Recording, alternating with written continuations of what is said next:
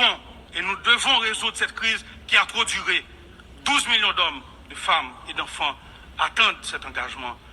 Mesdames, Messieurs, le Conseil présidentiel de transition est né de consensus politique issu d'intenses négociations entre les forces vives de la nation.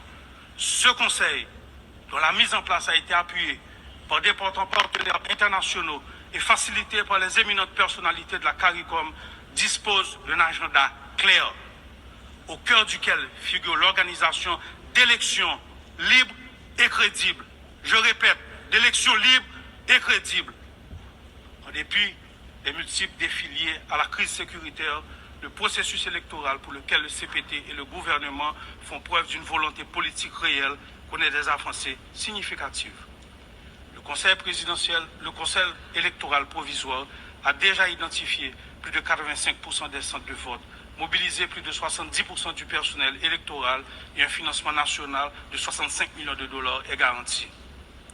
Le Conseil présidentiel de transition collabore étroitement avec la mission multinationale d'appui à la sécurité, l'OEA, la CARICOM et le BINU pour préparer des élections libres, transparentes et inclusives, reflétant la volonté souveraine du peuple haïtien et garantissant la participation pleine et effective des femmes, des jeunes, des personnes en situation de handicap et des groupes marginalisés.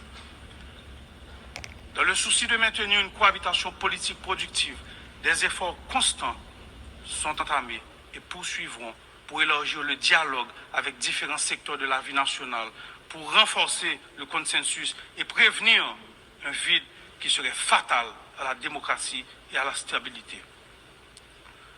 Le peuple haïtien doit pouvoir choisir ses dirigeants. L'État veut organiser des élections crédibles. Notre plus grand obstacle demeure le rétablissement de la sécurité. L'appel urgent et solennel que nous venons, une fois de plus, de lancer pour résoudre la crise sécuritaire en Haïti ne doit pas rester lettre morte, ni se perdre des discours ou des promesses non tenues. En Haïti, la paix ne peut plus attendre.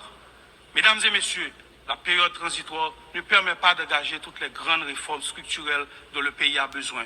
Mais